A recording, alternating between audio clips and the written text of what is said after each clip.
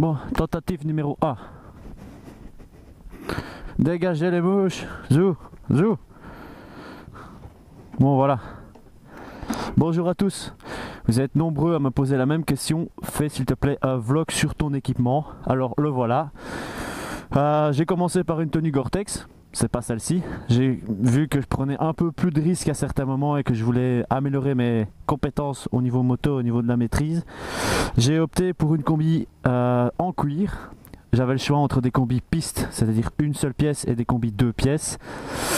La première chose que j'ai vue, c'était que les combis une pièce, il n'y avait pas de poche, il n'y avait souvent pas de combi thermique à l'intérieur et c'était pas pratique en hiver.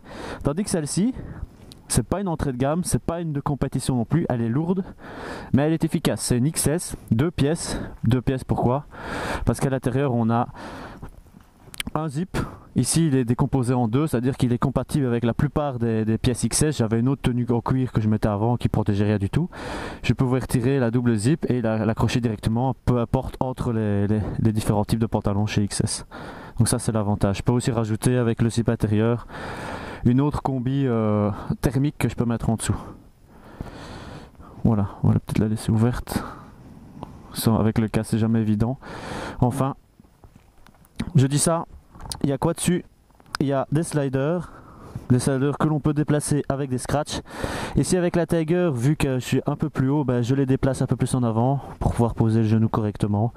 Donc ça c'est en fonction de chaque personne. Ensuite au niveau des bottes, j'ai des XPD qui sont avec des sliders en métal à l'extrémité du pied. Pourquoi? Lorsqu'on prend parfois de l'angle, si on met un peu trop bas notre pied sur le pose-pied, c'est-à-dire comme ceci, eh bien on pose le pied au sol, voilà. Donc idéalement on met le genou en mettant comme ceci pour pouvoir éviter de mettre le pied. Et on a une très bonne accroche sur la semelle.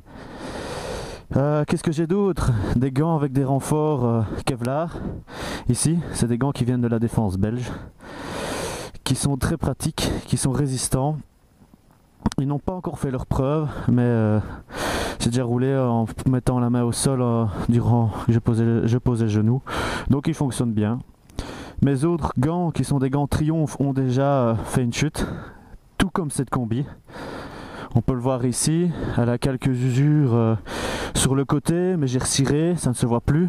C'est assez solide, une chute à 60-80 km/h avec une phaser, où j'ai glissé sur à peu près 15 mètres. Et on peut voir que la combi l'a très bien survécu. Les couleurs ont pris un petit coup. Ça fait presque 2 ans que j'ai cette combi. Et voilà, bon, elle survit assez bien. Je pensais qu'elle ne durerait pas aussi longtemps. Mais encore 1 an d'amortissement avec les contributions et je pourrais changer d'équipement. Et le casque, lui c'est quoi? C'est le Neotech.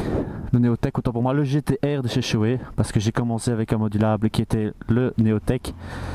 Avec une visière chromée.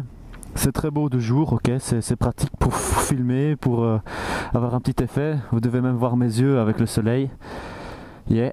Et ensuite, ça apporte peut-être une diminution des rayons du soleil pour nous. Ça fait un petit peu fumer.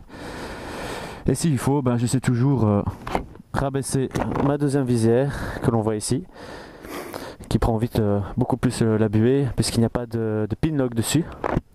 Tandis que sur l'autre, j'ai un pinlock qui est un film anti-buée. Bon, tout ça, ça a un prix. La combi m'a coûté plus ou moins 650 € avec les 2 pièces. Les bottes 260, puisque ce sont des bottes prévues pour circuit. Puisqu'il y a un espace supplémentaire ici pour venir faire passer le protège tibia.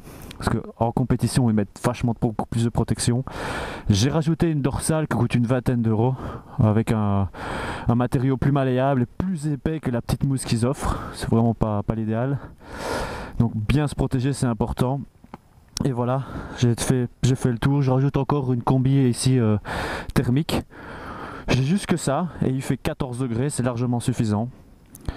Donc voilà, adaptez votre équipement en fonction de votre conduite et de votre moto. Si vous avez la Tiger, vous descendez vos sliders. Si vous avez des moyens plus limités, n'allez jamais acheter du Danish par exemple. Danish est une très bonne marque mais qui coûte extrêmement cher. Même chose avec Alpinestar, il y a des gammes comme XS, comme Pro Biker qui sont vendus en Allemagne chez Louis. Par exemple, ma copine a acheté une combi Pro Biker qui est parfaite, qui lui va super bien et qui n'a coûté que moins de 200 € et elle a la combi complète, 2 pièces. Il ne manquait plus que les bottes qui ont coûté quasi aussi cher que la combi.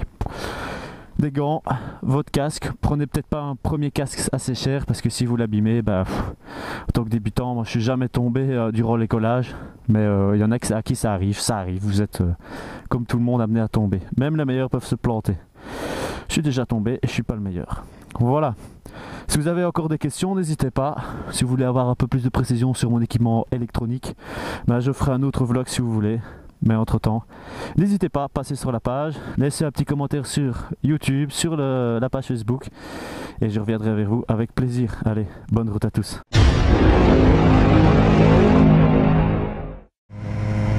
Bon là je suis encore deuxième vitesse, ça reste confortable.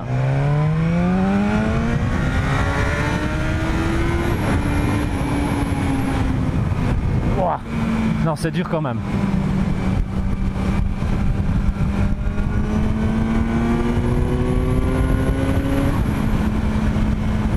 Ah putain, qu'est-ce qu'elle est maniable.